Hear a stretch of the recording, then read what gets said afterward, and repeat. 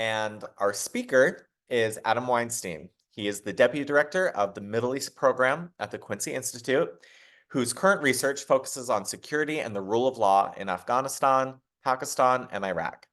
He is also a non-resident fellow at uh, oh, Tablab, a think tank and advisory firm based in Islamabad, and he regularly travels throughout Pakistan. His analysis has been featured in the Washington Post, The Guardian, Foreign Policy, War on the Rocks, Lawfare, and The National Interest. And again, we are so excited to have Adam join us today. And so without further ado, I'll turn the time over to you. Okay, well, thank you for having me, and thanks to everyone who joined today at the lunch hour. It's good to see folks so enthusiastic about a virtual panel, and I think virtual panels have offered a lot of. I know people are critical of them, but I actually think they offer a lot of flexibility, and sometimes are good for these kinds of discussions because people can join who couldn't otherwise have joined.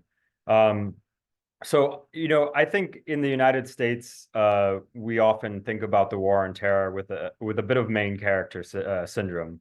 But of course, there were these other wars on terror that occurred in tandem with the U.S. war on terror, and that's what I'm going to be talking about today. So, I'm going to be speaking from an American perspective about Pakistan's war on terror. If you didn't read the blog, don't worry. The first few minutes of this presentation is just going to be going through the history of it. So as most of you remember, there were the 9/11 attacks in 2001. And after that, the Bush administration took several weeks to decide what to do. It wasn't an immediate invasion of Afghanistan that followed from the 9/11 attacks. And one of the first countries that the United States consulted with was Pakistan. And basically they delivered a message to Pervez Musharraf's government. And actually his ISI chief, I believe, was in the United States at the time that 9/11 occurred. And so the message was delivered to the ISI chief as well, which was that you're either with us or against us. And we need your help against the Taliban and Al-Qaeda. And for those of you who may not know, the Musharraf government was a military regime, and there was a lapse in democracy in Pakistan at that time. And so this allowed for the Bush administration to exert more leverage over the Pakistani government, because really it was one man who was making the decision at that time. So the Pakistanis war-gamed out the scenarios and decided, well, they couldn't afford to have a military conflict with the United States. So at least verbally, they had to agree to Washington's terms. But they did it kind of kicking and screaming and with their feet dragging. And they warned the Bush administration, look, if you remove the Taliban, there's going to be this vacuum in Afghanistan, and it's not going to work out too well for you. And they advised the Bush administration to work with the so-called moderate Taliban and to give Mullah Omar, the reclusive leader of the Taliban at that time, more wiggle room and time to decide what to do. Now, the main demand of the Bush administration at that time was to hand over Osama bin Laden and all the other al-Qaeda operatives who had safe haven in Afghanistan. Mullah Omar refused to do that and was quite intransigent. Pakistan's ISI chief even traveled to Afghanistan to meet with him personally and urge him to accede to some of the U.S. demands, but Mullah Omar refused to do so, and the rest is history. The U.S. invasion began. Now, many of you may remember that in the early days of the U.S. invasion, Washington partnered with the Northern Alliance, and in some of the earliest battles, they were really led by the Northern Alliance and Green Berets who went along with them. And the Northern Alliance and Pakistan did not have a very good relationship. Pakistan very much wanted the Afghan Taliban to stay in power because Pakistan viewed the Afghan Taliban as Afghans they could work with and Afghans they could control. They viewed the Northern Alliance skeptically. And as you know, a new nascent democracy was born in Afghanistan, and the Afghan Republic came to existence out of the Bonn Conference, which occurred in Germany. not that long after the invasion. And this new government generally viewed Pakistan with suspicion and even hostility, because they viewed Pakistan as their larger neighbor who often meddled in their affairs and couldn't be trusted. And also they viewed Pakistan somewhat, realistically as at least somewhat supporters of the Afghan Taliban. And so they didn't trust Pakistan. And Pakistan didn't trust the new Afghan government because they viewed the new Afghan government as threatening, as foreign backed, and as desiring a closer relationship with India. And they viewed this new order as an arrangement that gave India an opportunity to meddle in the region as well. So, needless to say, there was this very huge trust deficit between the Americans and the Pakistanis, between the Pakistanis and the Afghans, and frankly, between the Afghans and the Americans as well, and certainly between different factions within the Afghan government. And so this war in Afghanistan, started with a trust deficit. Well, the first few years of the war went well enough, and Pakistan even benefited from being a partner of the United States. It became a major non-NATO ally. It received significant military funding, significant humanitarian aid, and actually the amount of aid that went to Pakistan was a boon for the Musharraf government. And so things were going well enough, except for the fact that the Taliban was beginning to get a foothold in Afghanistan again, and the violence was slowly rising, and the United States was distracted in Iraq. And by the time it looked back at what was going on in Afghanistan around 2009, the Taliban had really gained a foothold. Now, Pakistan was critical to the US war in Afghanistan because Pakistan allowed what's sometimes called GLOCs and ALOCs. Essentially, it allowed supplies to move through Pakistan along NATO supply routes and through Pakistani airspace as well to supply the war effort in Afghanistan. On the other hand, Pakistan did provide shelter to Taliban leaders and families in places like Karachi and places like Quetta. The Quetta Shura, one of the main leadership arrangements or leadership shuras of the Afghan Taliban, was located in Quetta. And in Pakistan, there was also a leadership shura that was in Peshawar. There was many Talibs had their families in Pakistan as far as Karachi. And Pakistan also had a close relationship with the Haqqani network. Although there's people often think Haqqani is a surname. It's not. It's a honorific for Taliban members who went to Darul Uloom Haqqaniya, which is a madrasa in northwest Pakistan. Some of the Haqqani figures are related, but not all of them. So it's not a last name. It's actually an honorific title. But Pakistan had a close relationship with the Haqqani network, which was often viewed separately from the Afghan Taliban, even though they're very much part of the Afghan Taliban. They were viewed as a more militant faction that was very effective at fighting, especially in eastern Afghanistan, and had led to a lot of US casualties. So that was the state of things. And during the surge, the relationship became a little more dysfunctional. I would argue that it reached peak dysfunction, and by the relationship, I mean the US-Pakistan relationship. It reached peak dysfunction in 2011.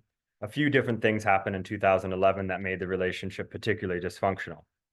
First of all, there was the Navy SEAL raid in Abbottabad that discovered that Osama bin Laden was living in Abbottabad, which, to put it in context, would be like a terrorist living in West Point. Right under the nose of the Pakistani military. Abbottabad is where there's a major military academy is located there. It's known as a garrison town. There's a significant Pakistani military presence in Abbottabad, but Osama bin Laden was able to live there for years. And the raid in Abbottabad demonstrated or revealed a few things. It revealed the state of the distrust, or the extent of the distrust, because obviously the Pakistanis weren't alerted to that raid because the Obama administration didn't trust them to be partners in that raid. And it also was, objectively a violation of Pakistan's territorial integrity and sovereignty, although I'd say it was worth it. But from the Pakistani perspective, they felt that their sovereignty had been violated. And it led to a backlash in Pakistan and a wave of anti-Americanism.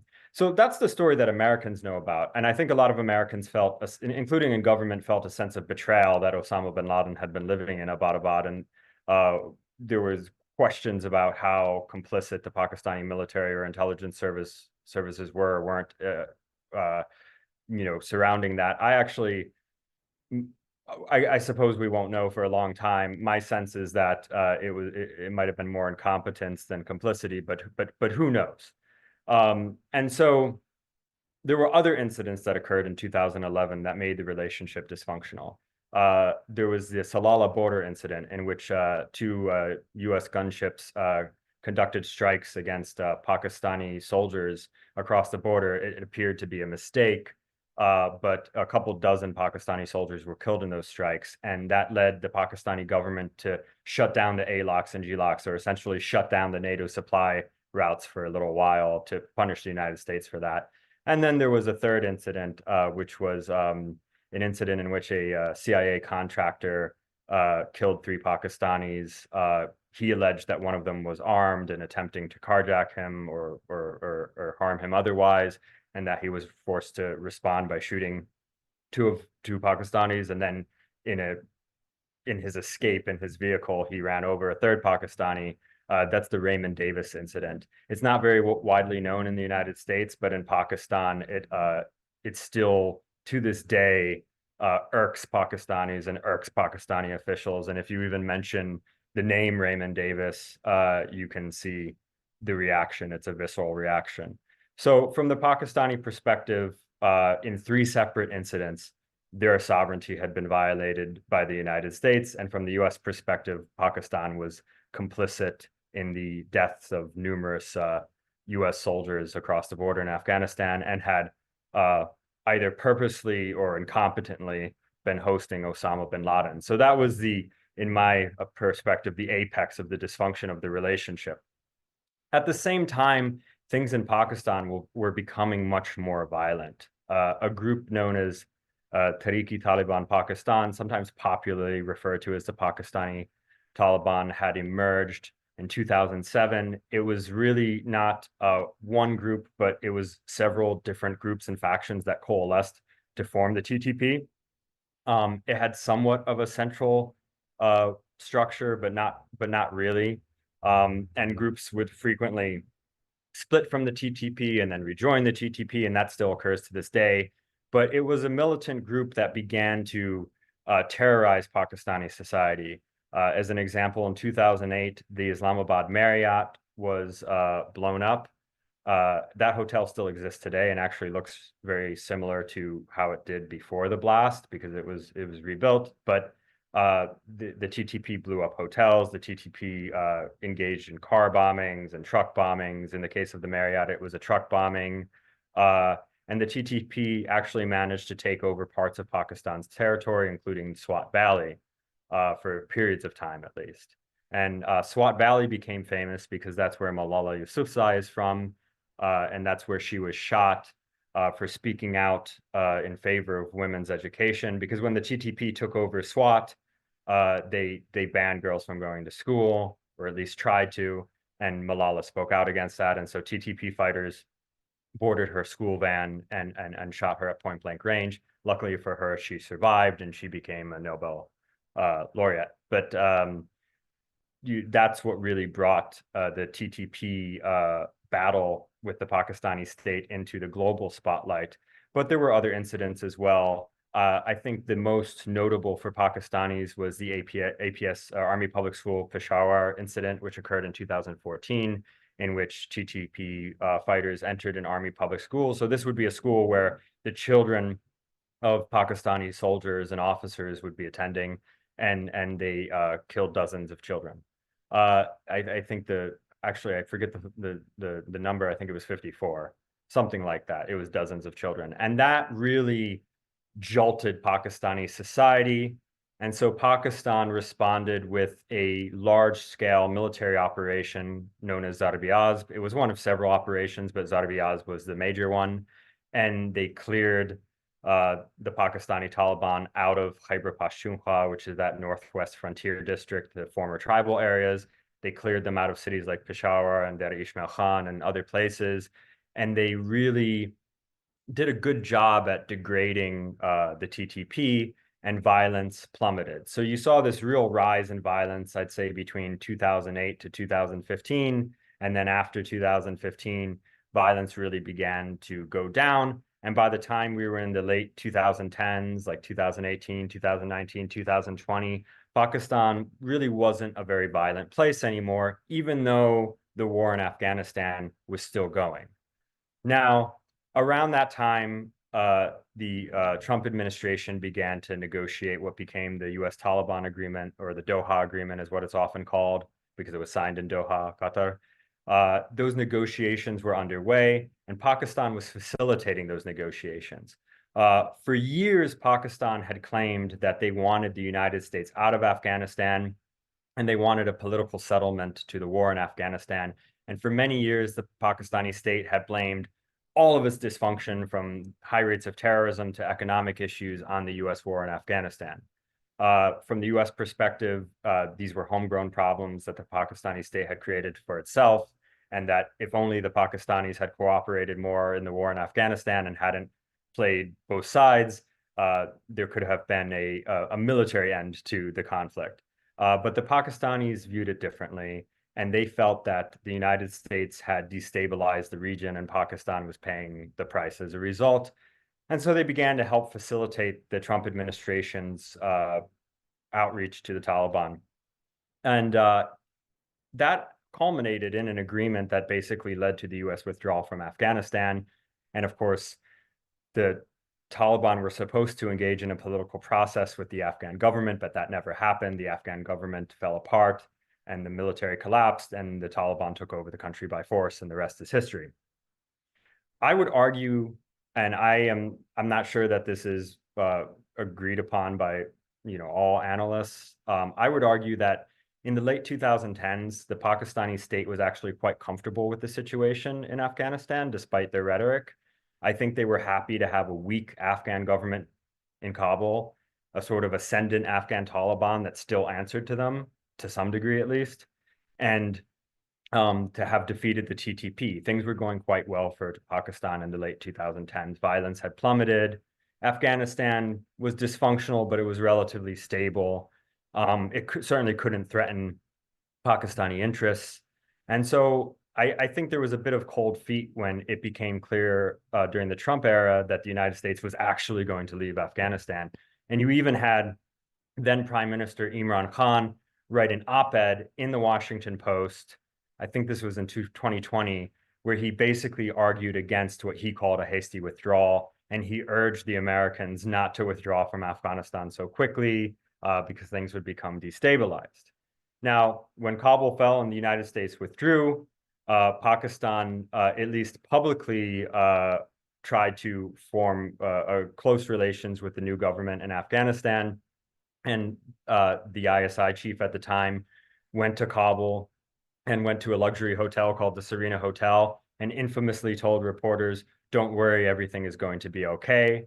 And for a brief period of time, it did seem that everything was going to be okay. Afghanistan didn't fall apart. There was an economic decline because aid stopped flowing in, but there wasn't the major economic meltdown that everybody had predicted. There wasn't a civil war. There weren't large pockets of resistance. The National Resistance Front, which was one of the main resistance groups to the Taliban, didn't really succeed in launching an insurgency. There was ISIS. There was a branch of ISIS in Afghanistan called ISKP that was engaging in attacks against the Taliban, but they weren't able to hold territory. So all in all, the worst case scenarios hadn't come about, except for the fact that human rights violations and women's rights went to zero. So I want to acknowledge that if you were an ethnic minority, or if you were a political dissenter, or if you were a woman in Afghanistan, the return of the Taliban was the worst thing that had ever happened to you, and it was an existential threat. But from a US strategic security perspective and from a Pakistani strategic security perspective, in the early days after the Taliban took over, it sort of did seem like things were going to be okay. That didn't last for long for the Pakistanis, though. TTP, many of them had been held in Afghan prisons. And when the Afghan Taliban took over the country, those prisoners were released by the thousands. They reformed into cells, and the Pakistani Taliban began to wage a war against the Pakistani state. They pledged allegiance to the leader of the Afghan Taliban, the emir of the Afghan Taliban, Hibatullah Akhundzada, and they felt emboldened by the Afghan Taliban's victory over Western armies. And they thought they could seemingly genuinely thought they could replicate the same thing in Pakistan. And so they engaged in a war against the Pakistani state. But the TTP of today had learned some lessons from years past, and they no longer targeted hotels and civilians and foreigners. They actually stuck to targeting Pakistani soldiers and Pakistani police. So what you have today is this war that really is between the Pakistani state and the TTP, in which Pakistani soldiers are dying at the same rate as US soldiers were dying at the height of the surge in Afghanistan. 10 here, 5 there. Just a few days ago, 10 plus Pakistani police were killed in Di Khan by which is a city in Pakistan, by a TTP attack. So it really is an intense conflict, but it's very much out of the global spotlight. And it's actually out of the spotlight of most Pakistanis. Most Pakistanis who live in major cities like Karachi, Lahore, Islamabad, this conflict doesn't really affect them. It's very much limited to the northwest of the country, and the targets tend to be police and Pakistani army figures. And perhaps that's why we don't hear much about it in the United States. But it is an intense conflict. And the reason we should care is that it does have the potential, if left completely unchecked, of growing and destabilizing the Pakistani state. And so I think that's why Americans who care about the world and foreign policy should at least pay attention to this conflict. And I actually have some pictures I can show you. I'm going to try to present my screen just to make this a little bit more interesting. Sorry, not less interesting. That was a Freudian slip. So, and then we can turn it over to questions. So let me see, how does this work? Can you all see my screen? Yes. Okay.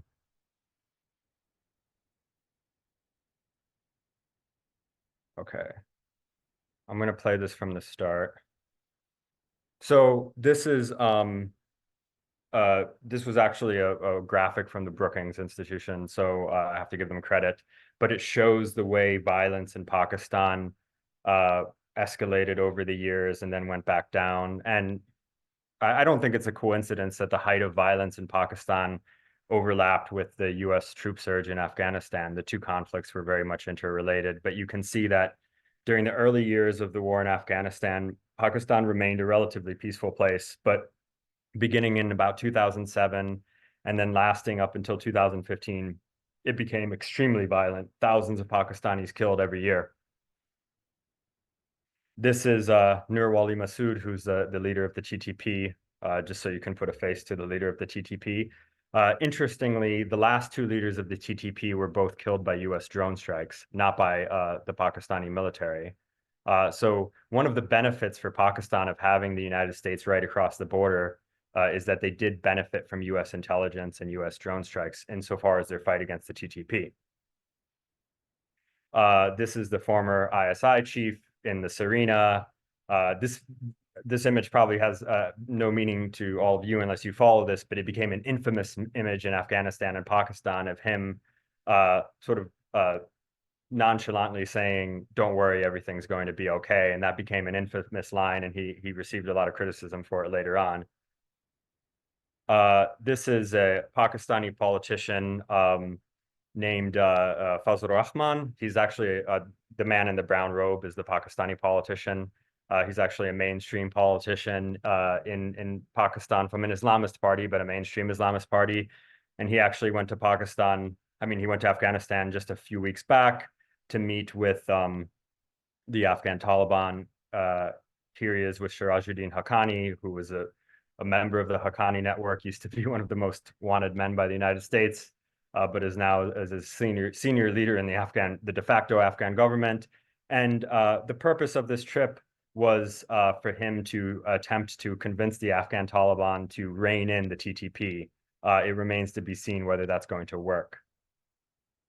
This is the Marriott bombing in 2008. You can see the devastation of the hotel. I think 3 or 4 Americans were also killed in that blast because they were, and several were injured because at that time they were keeping some diplomatic staff in the Marriott instead of in the U.S. Embassy. It goes to show you how peaceful things were viewed back then, but after this blast, that changed.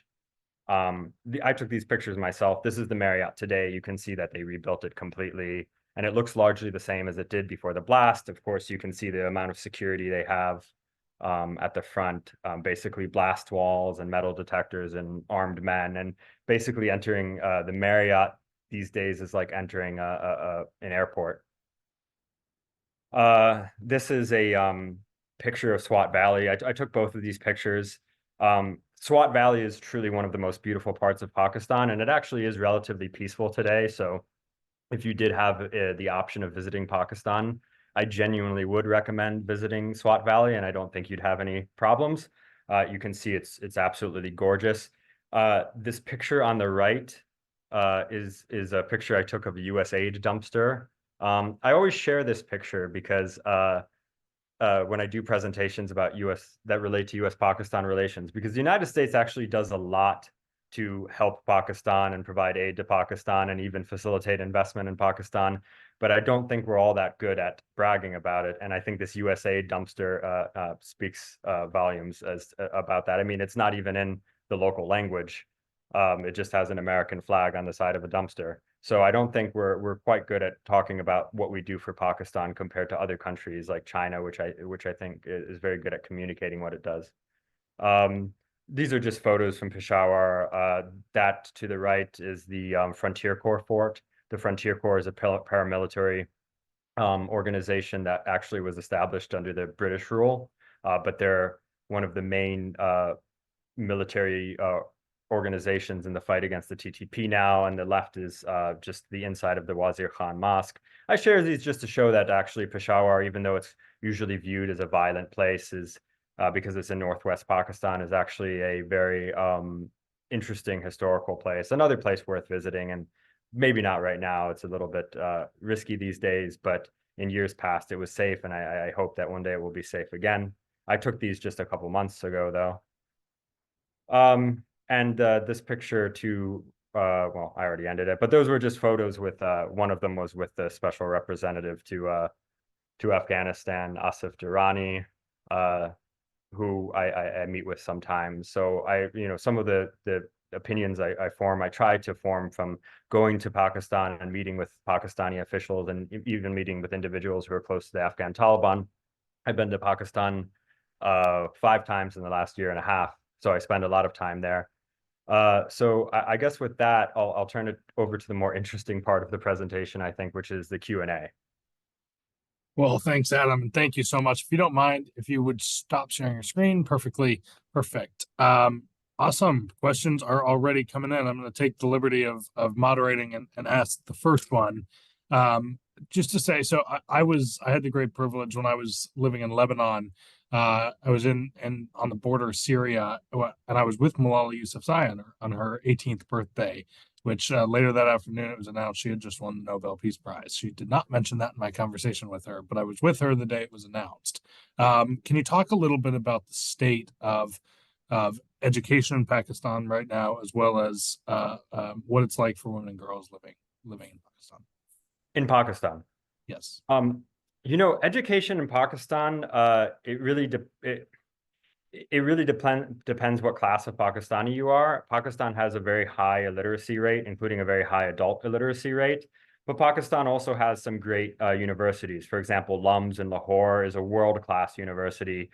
Some of the medical schools in Pakistan are world-class medical schools. I'm sure that everyone here has been treated at least once by a foreign trained physician in the United States who went to medical school in Pakistan. Many of our residents in the United States come from Pakistani medical institutions. So at the higher education level, there are some great universities, and the private schools in Pakistan are excellent. But the reality is that it's a deeply unequal society, and if you're from a lower class Pakistani background, the likelihood is that you're going to drop off from school at a young age, or you're not going to form true literacy. You're not going to have the same educational opportunities. For women, it's the same thing. I mean, Pakistan has had a woman prime minister. Pakistan has had a woman foreign minister. Pakistan has numerous women who are ambassadors, women who are in senior cabinet positions in the government. And in fact, Pakistani women are very much present, extremely present, in journalism, in government, in academia, in civil society. But again, it depends what class of Pakistani woman you come from, and perhaps where you're located in the country. The experience of an upper middle class Pakistani woman in Lahore is not going to be the same experience as a poor Pakistani woman who lives in the tribal areas. And so I think the problem is that the degree to which you have freedom and opportunities in Pakistan as a woman really depends on your family and your class. It's not necessarily protected by the government, even though on paper it is. Wonderful. Thanks, Adam. I'm going to go to the chat. Again, please put your questions in the chat if you have any.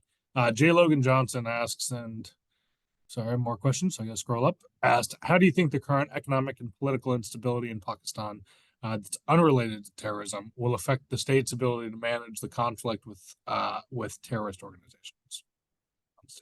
I mean, it will affect it significantly. The Pakistani state, in my opinion, put simply, is too broke right now to launch a second Zarb-e-Azb against TTP.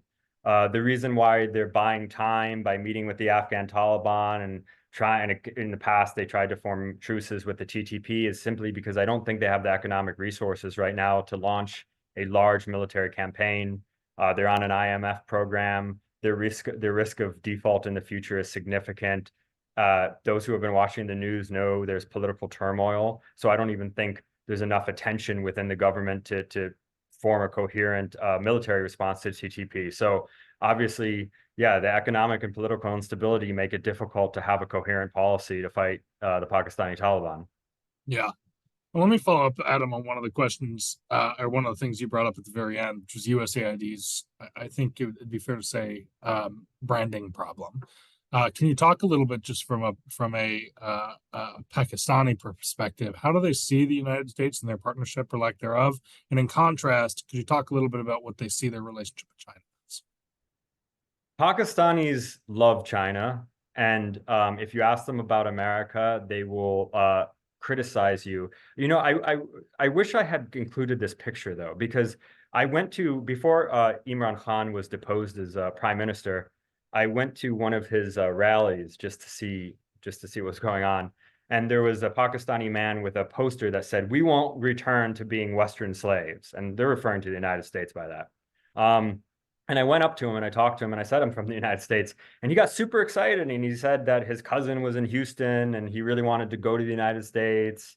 But he also had this poster. And I think that's really, the people-to-people connections between the United States and Pakistan are stronger. Almost every middle class and above Pakistani family has at least one extended family member living in the United States. Yeah. Many of them aspire, they're certainly not aspiring for the most part to send their children to Chinese schools, even though many Pakistanis do go to medical school and university in China. That's not their first choice. They want their children to go to the United States or the UK or Canada. So there's strong societal connections, but they view the US government with suspicion. They put the Chinese government on a pedestal. A lot of that is messaging that has come from the Pakistani military that I think has given them this positive view of China.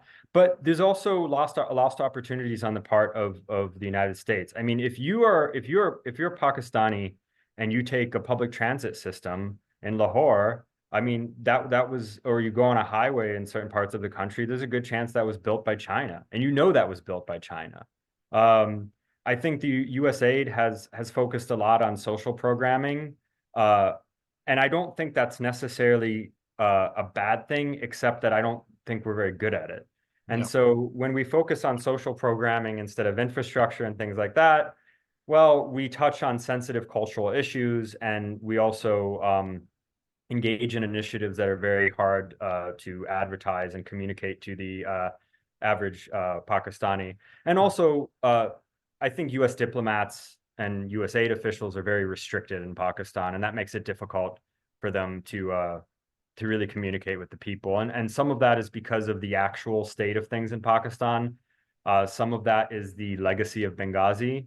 And I think the main issue is that a U.S. administration and Secretary of State, they do not want U.S. diplomats to be killed or kidnapped on their watch. The political risk is too high. And the way they've managed that risk is basically locking up U.S. diplomats and consulates and embassies that look like compounds. And they're not out and about. If you go in Islamabad or you go to other Pakistani cities, you'll see Germans, you'll see Europeans, you'll see Chinese. You will not see American diplomats. And I think it makes it difficult to communicate with the people what the United States is doing for the country. I couldn't agree with you more, Adam. Thanks. Next question is from Greg. He said, regarding Pakistan's other ongoing security conflict in Kashmir, have there been any involvement by Afghan parties regarding the conflict? I will admit, I do not focus on the conflict in Kashmir. There's been relative peace along the line of control for a couple of years now. And so that conflict has not come to the forefront. In the past, I think there were links between anti-India terrorist groups and training camps in Afghanistan, but I'm simply not expert enough in that to give you a more nuanced answer than that. Fair enough. Thanks, Adam. This next question from Mr. Shadhari. How do we support democratic institutions in Pakistan and not support military establishments? Well, I don't think that's possible. I mean, the United States has to deal with the country that exists, not the country that we wish would exist. So the army chief of Pakistan came to the United States, I think it was like a month and a half ago. And of course, he did meet with Secretary Blinken. And of course, he met with the Secretary of Defense, who I suppose is his counterpart in our system. And he met with General Kurilla down at CENTCOM, but he also met with Secretary Blinken. Is that normal? I would say it's not, except that the reality is that the army chief is the man who's most responsible for Pakistan's foreign policy. So the United States, I think, does want to see fair elections in Pakistan and does want to see a vibrant democracy, but it's going to deal with the country that exists. Absolutely.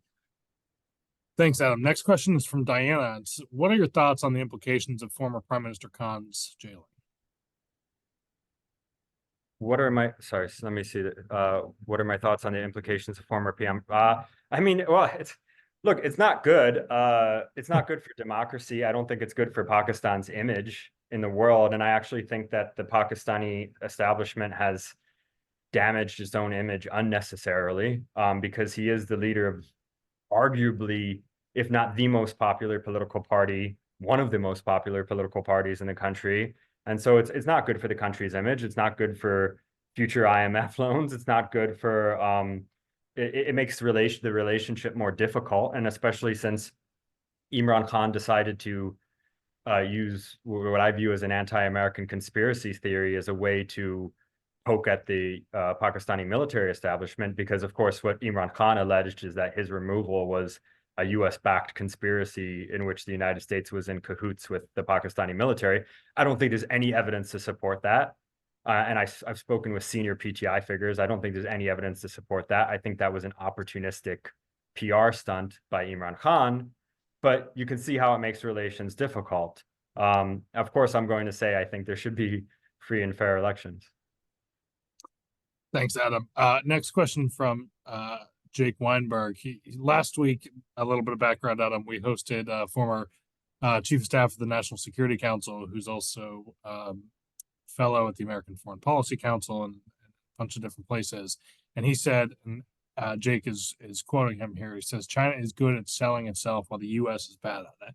So I guess Jake's question is, how do we make ourselves look better in Pakistan? And why is that important for geopolitical reasons?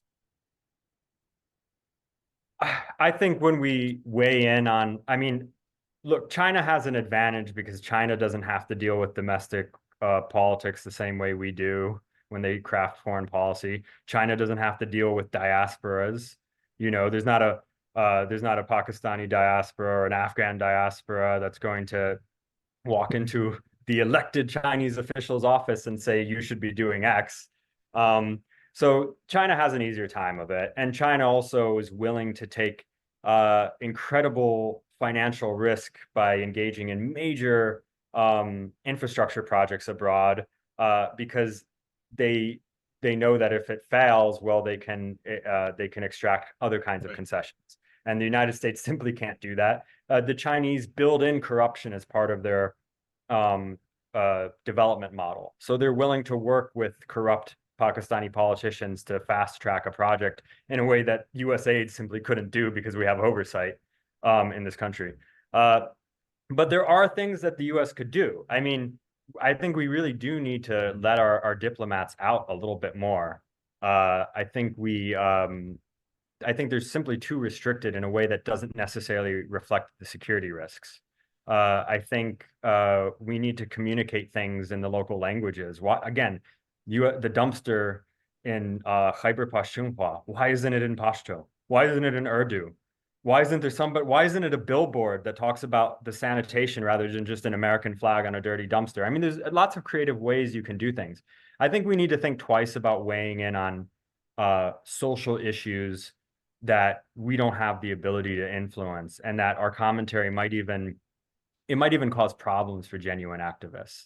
And then I also think we need to think twice about some of our partners in these countries, because what essentially happens is that we create a bidding war and these sort of local firms that may not actually have any access to Pakistani society and might not have any grassroots outreach or grassroots support are able to win US contracts simply because they're able to schmooze with the US embassy folks or the US aid folks in the Marriott hotel. And I don't think that's, I know the process is has more scrutiny than that, but I think we do need to let local organic NGOs do work. That we need to be a little more flexible. The Brits are very good at being flexible. The Brits, if you look at their aid model in Pakistan, they go for short-term projects with people they know and trust, and they have very actionable goals. You know, the goal isn't something like increase women's participation in electoral politics. No, they have very actionable, narrow goals. Couldn't agree more, Adam. And on that, so we've got 7 questions left here, I believe, and 13 minutes. So we're going to do a bit of a lightning round, if you don't mind, Adam. I'm going to try to get you to be as concise as possible. But let me start with the first one. To what you just said, another moment of privilege for me. When I was in Egypt, I met with the foreign minister, which a lot of people here have heard me talk about before. And he said, the quote that he said to me was, the U.S. quote bitches about about human rights and China rights checks. That being considered in the context of the geopolitical issues, I think that, you know, Pakistan has stayed out of getting involved in regional conflicts like Yemen. They've kind of stayed neutral. They were certainly neutral on the Ukrainian issue. However, I think there's evidence to say that they were funding some of Hamas's military operations. So can you talk a little bit about the relationship between Pakistan and Iran, and then, of course, Pakistan's investment and involvement in non-state actors such as Hamas or Hezbollah? Look, Pakistan has a contentious relationship with Iran, as can be seen by the strikes that occurred just a few weeks back. I think the Pakistani government and Pakistanis in general view both Iran and Saudi Arabia as meddling in the internal affairs of Pakistan, sort of stoking sectarian tensions, and I think they both do. And by the way, when the Pakistanis wouldn't agree to help with the war in Yemen, it really angered the Saudis. So I think they view Iran with suspicion. In terms of their support for Hamas, I can't speak to that in terms of actual material support. I simply don't know. I do know that Hamas officials were welcomed in political, live video streamed into political rallies, and that you have, I mean, I don't want to necessarily call him out individually because it's so widespread, but there's a Pakistani senator who I've met with who is educated in the United States. I think he went to Georgetown, and yet he was basically endorsing Hamas, in the National Assembly of Pakistan, and basically calling them freedom fighters. So there is at least rhetorical support for Hamas in Pakistan. That's a fact. I don't know if it extends to material support. But then again, the Pakistani military establishment, in my view, also takes notes from Israel in terms of I think there's perhaps an admiration in some ways for what Israel has built, but that's a controversial thing to say. Thanks, Adam. Okay. A question from Tom says, does Indian aggression in the Punjab have a significant impact on U.S.-Pakistani relations? Sorry, let me say that one more time. Does Indian aggression have an influence basically on U.S.-Pakistani relations? Not really. I know Pakistanis think this oftentimes in Pakistan, but I think the U.S. views India and Pakistan as two separate issues. I mean, India is part of the Indo-Pacific strategy. Pakistan's not. India can get away with certain things that Pakistan can't because the U.S. needs India, in its view, to carry out the Indo-Pacific strategy and contain China. Pakistan doesn't necessarily have that privilege. So as you see that Pakistan's listed this year as one of the countries of top concern for religious freedom, and India isn't. I would argue that religious freedom in India and Pakistan are both restricted, but there's certain things for political reasons that India can get away with, and that's just a function of its size. Okay, absolutely. A question from Frankie: why doesn't the United States extend more assistance to Pakistan in their fight against the TTP? Well, because the United States has other problems. I mean, there's a war in Ukraine. Now there's the flare up in the war in Gaza. There's China. And I think the view to put it bluntly, I think the view in Washington is, okay, the TTP kills, dozens of Pakistani police. Who cares? That's a Pakistani problem. What would make that change is if the TTP started blowing up hotels again, or if the TTP really started to align with Al-Qaeda and vocalize transnational aspirations and say that it wants to target the West, but that hasn't happened yet. So I think the U.S. just it doesn't have enough bandwidth to get involved. Thanks there. I'm going to go to and ask, do you feel that the United States has not in the past or currently interfered in the political affairs of Pakistan? I mean, I think this is a question that is not so subtly alluding to the Imran Khan affair. I think sometimes I don't represent the U.S. government. I'm not in the U.S. government. I've never been in the U.S. government. I think sometimes U.S. officials make statements that could be perceived as being interference, especially if you believe in conspiracies. And I think the legacy of U.S. interference in the past in other countries makes it easy for these conspiracy theories to take off.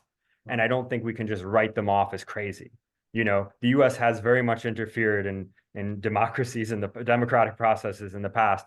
Do I think it interferes today in Pakistan? Not really, except for the fact that it deals directly with the Pakistani military establishment. But that's Pakistan's problem to solve, not as I said before, the United States is going to deal with the country as it exists. I don't think the U.S. government thinks, we really are going to go out of our way to make sure one Pakistani political party wins and not another. Thanks, Adam. Just a couple more here. The first, what do you think what was the Pakistani perspective about America's, what I would call extremely disastrous withdrawal in Afghanistan? What did that say to our friends in Pakistan, and what did that say to our adversaries? Well, I mean, Pakistan made a gamble and it sort of backfired, but the gamble we were asking Pakistan to take was also kind of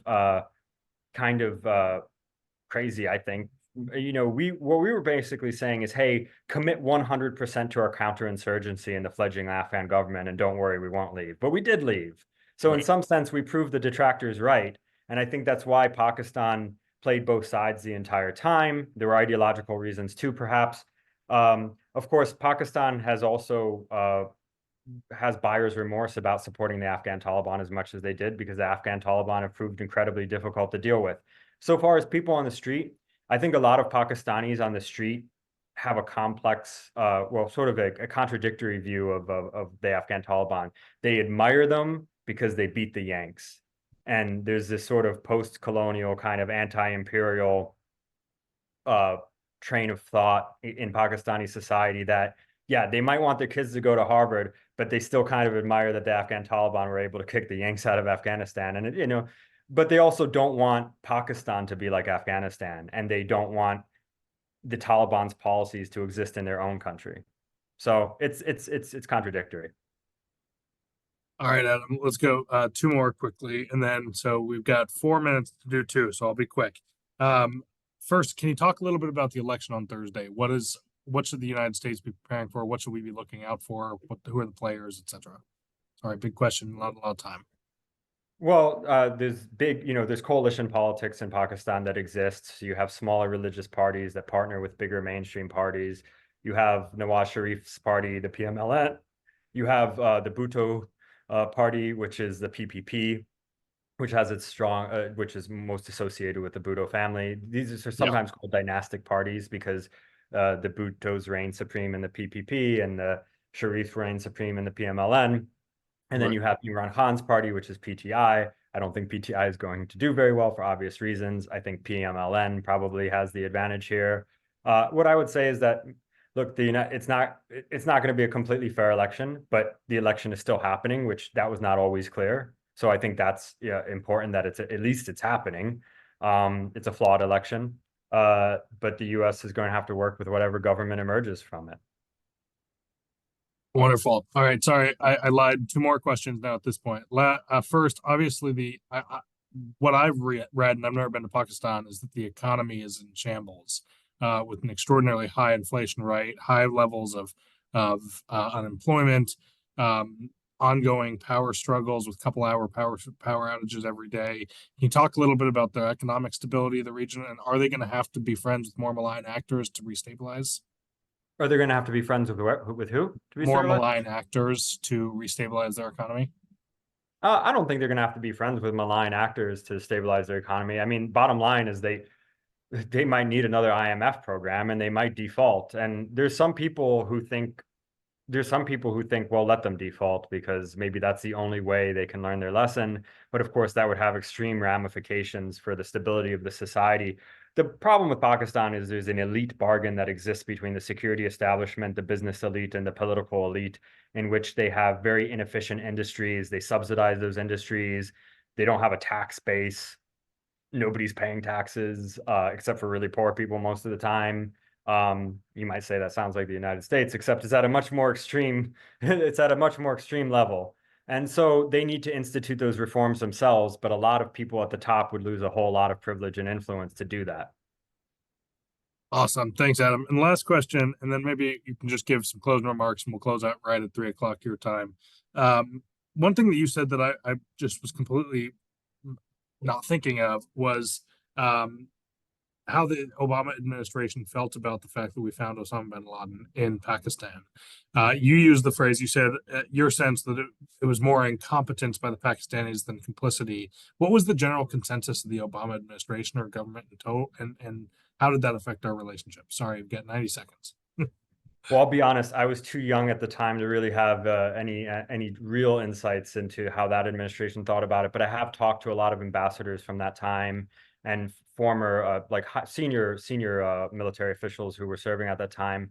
And I find that people in the U.S. government were a little bit less critical of Pakistan than perhaps the U.S. Congress was, or the general public was, or the journalistic community was. But of course, they weren't willing to share the intelligence with the Pakistanis because at the end of the day, there was a trust deficit. Yeah.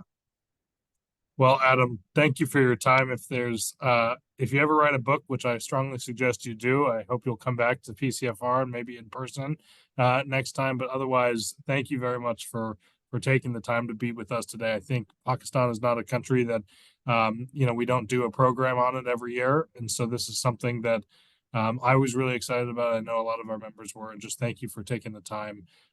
We're happy to host you in Phoenix anytime you're back here, and look forward to the next one. Okay, thanks for having me. Thanks everybody. Have a good rest of your day.